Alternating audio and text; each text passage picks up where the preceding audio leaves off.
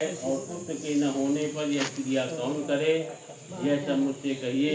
श्री भगवान ने उत्तर दिया कि हे गरुड़ सुनो, मैं तुमसे 10 गात्र की विधि कहता हूँ, जिसके करने से सत्पुत्र पिता के ऋण से मुक्त हो जाता है। श्री गरुड़वाच 10 गात्रां विधिं ब्रूहि देहि न सुकृतं भवेत् पुत्राभावे शोका कुर्यादिवी नर्मद केशव। श्री भगवान व सूताचम प्रवक्ष्यामि 10 गात्रां तुमसे 10 गात्र की विधि कहता हूँ, जिसके करने से सत्पुत्र पिता के ऋण से मुक्त हो जाता है। पुत्र शोक को छोड़ करके सत्वगुणी हो करके धैर्य धारण कर पिता का पिंड आदि करे, आंसू न बहावे। बांधवों के त्याग किए हुए खसार और आंसू को प्रेत बाध्य होकर के खाते हैं, इसलिए शोक के कारण व्यर्थ रोना न चाहिए। मनुष्य 1000 वर्ष तक रात दिन शोक करे, तब भी मरा हुआ कभी भी दिखाई नहीं देगा। जन्मे हुए की निश्चय ही मृत्यु होती है और मरे हुए का निश्चय ही जन्म होता है। अतः अनिवार्य आवागमन के लिए कदापि शोक न करें। दैवी अथवा मानसी ऐसी कोई विधि नहीं है कि जिससे मरा हुआ जीव फिर यहाँ आवे। अनिवार्य होने वाली भावी का यदि कुछ भी उपाय होता तो राजा नल, रामचंद्र और युधिष्ठिर दुख से युक्त नहीं होते। अपने शरीर से भी किसी के साथ किसी तरह का अत्यंत सहवास न होता तो पृथक जनों का क्या कहना है।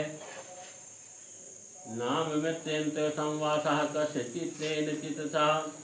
अब विश्राम करता है और विश्राम लेकर के फिर अपने मार्ग पर चल देता है। ऐसी ही प्राणियों का संबंध और आवागमन है।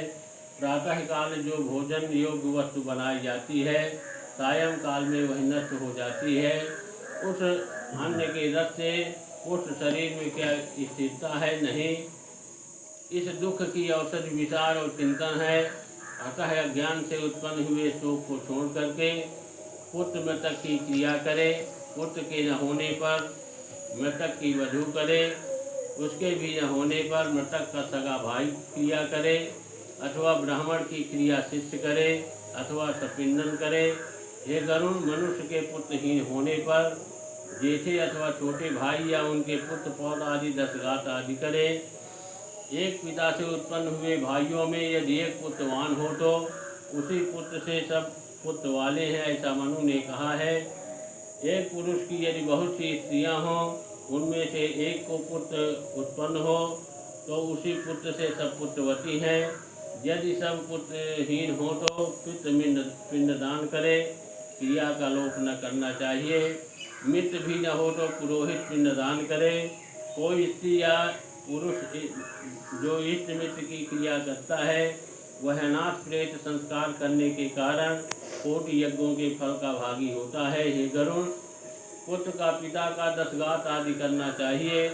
ज्येष्ठ पुत्र के मरने पर यदि स्नेह से पिता 10 गात्र आदि न करे, जो बहुत से पुत्र होवे तो सब 10 गात्र आदि विधि को एक ही पुत्र करे। 10 गात्र सपिंडी 16 श्राद्ध, इन सबों को एक ही पुत्र करे।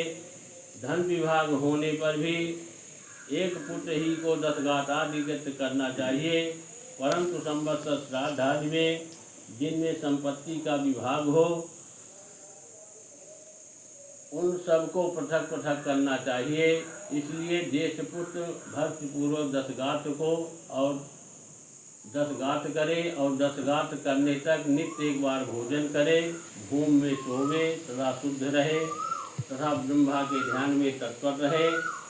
एकेनैव तु कार्याणि संभवैकर्णे धनेष्वपि विभक्तैव पृथक् कार्यं साधं संवत्सराधिकम्। तस्माज्ज्येष्ठः श्रुतौ च भक्त्या 10 गात्रं समाचरेत्। एकभोजी भूमिशायी भूता ब्रह्मपरा शुचिः।